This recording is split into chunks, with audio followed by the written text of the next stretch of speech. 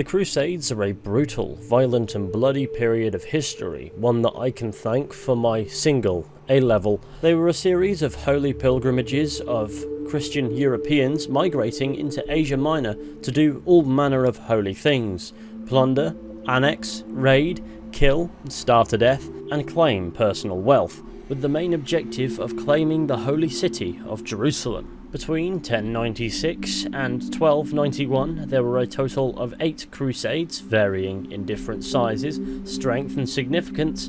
However, there remain 3, creatively named the First Crusade, Second Crusade and Third Crusade. There's a lot to unpack from this time period, and a lot of it can be convoluted depending on how many sources you get, but I thought I'd compile 5 strange Crusades facts for you today. Using the word facts loosely, of course, for lack of a better one. So please do enjoy this video. Number 1. The Peasants' Crusade.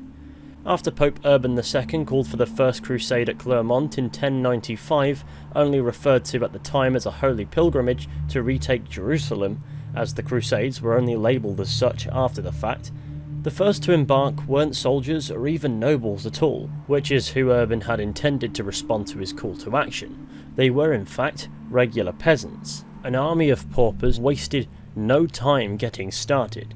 Urban didn't intend for ordinary people to pack up their lives and embark on a journey east, but many did. In fact, roughly 40,000 did. Initially led by a priest known as Peter the Hermit, or Little Peter. He had a couple of titles, but if you're feeling familiar, his name was Dinky Pete. Pete stirred up the people in a frenzy of religious zeal, but that's not to say that they made it particularly far in the grand scheme of things, being stopped at the gates of Constantinople, Byzantium, modern-day Istanbul. Byzantine Emperor Alexius I Comnenus had only asked Urban to send some troops to reinforce the city, as the Seljuk Turks amassed more and more land, getting closer to the city, and yet here stood an army, 30,000 strong of paupers. Yeah, they lost a few by this point, a lot of whom were women, children, and elderly. The Byzantine Emperor had no clue what to do in wake of such a large army arriving at his gates. He warned Peter the Hermit to wait for the main army before heading further and engaging the Turks. It's unclear quite how the rest played out, however the Crusaders were too psyched up on that religious zeal that they weren't receptive to much leadership anyway, and broke down into smaller groups. To cut a long story short anyway, when the peasants arrived in Asia Minor, they began pillaging towns and villages, before being quickly defeated by Kilij Arslan. This seeming blunder actually gave the proper First Crusade an element of surprise, as many believed this was all that was coming, so when the actual soldiers rocked up and the First Crusade truly began, the Seljuk Empire was caught off guard. Number 2. Saladin showed Richard the Lionheart kindness. Despite being enemies, fighting one another during the Third Crusade, when Richard I, King of England, lost his horse during the Battle of Jaffa in 1192, Saladin couldn't bear to see the Christian leader fighting on foot, so he sent him 2 horses, as he believed such a man should fight on horseback. Furthermore, when Richard the Lionheart had taken ill, Saladin also offered him his personal physician's services and even sent a basket of fruit. Now, depending on which sources you read here, the specific details change an awful lot, but one thing is consistent. Richard the Lionheart and Saladin, despite being adversaries, had mutual respect for one another. Richard referred to Saladin as the greatest and most powerful leader in the Islamic world, and in turn, Saladin referred to Richard as an honourable Christian lord of no equal. To make things even more interesting, there is no account of the two ever meeting face to face. The Third Crusade was hardly a chivalrous personal affair between the two leaders. Number 3. The Assassins. The Hashashin were a sect of Shia Muslims who lived in Syria and Persia between the 11th and 13th centuries. Feared by all, they would consume hashish, extracted from cannabis, to create hallucinations and enter a trance-like state.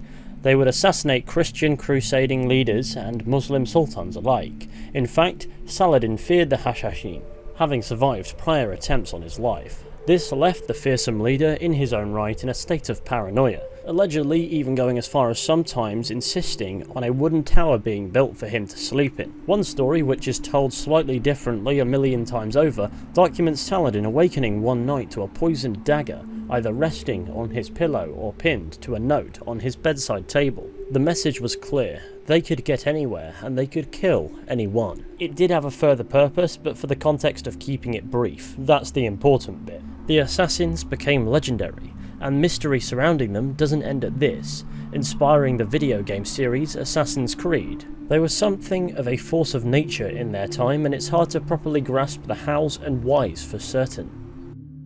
Number 4. Cannibalism.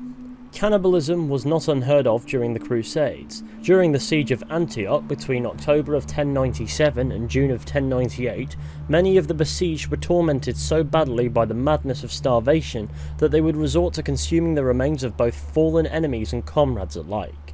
However, most chilling of all is the story of Murat al-Numan in 1098. Due to insufficient supplies after the siege of Antioch, the Crusaders resorted to ransacking the surrounding countryside. The raids grew further flung until they eventually arrived at Murat al-Numan, breaching the city's walls and massacring its inhabitants. Food was insufficient here too, so word has it they resorted to cannibalism. A chronicler wrote, "In Mara, our troops boiled pagan adults in cooking pots and impaled children on spits, devouring them grilled." Where the truth ends and exaggeration begins is unknown when it comes to chroniclers, but the Crusades got messy quickly, atrocities did occur, and there's no hiding from that. However, the horrors of what occurred are only lessened by the time between those days and now. And finally, in number 5 spot, we have Godfrey and the Bear.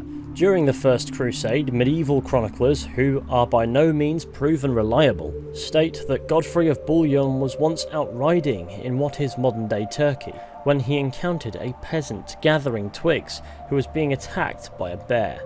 Godfrey, with the assistance of another knight, fought and defeated the bear. Tall tale or not, Godfrey would go on to rule Jerusalem from 1099 until his death the following year in 1100, so there's every chance it's a romanticisation. The concept of good old Godfrey taking a Skyrim-esque miscellaneous side quest is entertaining, however. And that brings us nicely to the end of today's video. Please enjoy this beautiful shot of Oakhampton Castle. If I do say so myself anyway, I mean I did take it, so it could be hideous. It has no bearing on the Crusades, but hey, that's me breaking your immersion. Thank you all for watching this video. I hope that you've enjoyed. Be sure to go ahead and leave a like, subscribe, share the channel with your friends and all that wonderful stuff. And of course, please forgive my pronunciation at points in this video where it may be lacking. I may have my only A-level in history, special thanks to the Crusades being one of the topics, but that doesn't necessarily mean that I was paying attention at the time. But with any luck, we'll be seeing you all very soon with another video at some point, so please take care, and goodbye.